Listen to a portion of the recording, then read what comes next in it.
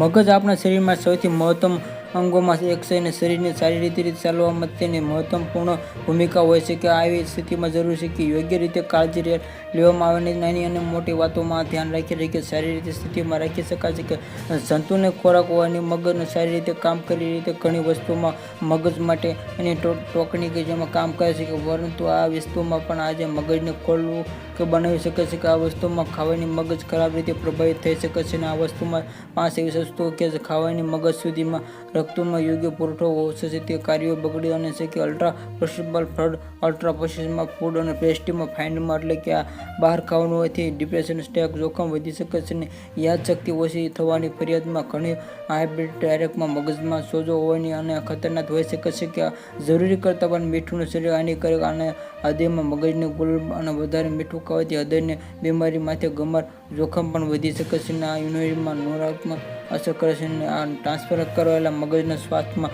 સારા નથી હોતા. અને કે આ પ્રકારની એસિડિટીમાં આ ખાવાથી મગજમાં ખરાબ અસર કરી શકે છે. કે આ ન્યુરોનમાં પ્રવૃત્તિ ધીમે ધીમે ઓછી થાય. કે ટ્રાન્સફરમાં માંસ ડેરીમાં આ ઉત્પાદનમાં કરાયેલા રિફાઇન્ડમાં પાસ્તા ફૂકીમાં રિફાઇન્ડ કાર્બનમાં સાવધાન થઈ જાવ. કે આ કોઈપણ પ્રકારના ખાવાના સુગરમાં ઇન્સ્યુલિન સ્તરમાં તે યાદશક્તિમાં ખરાબ અને તે ખરેખર રિફાઇન્ડ કાર્બન યાદમાં ગુમાવવામાં કારણ છે.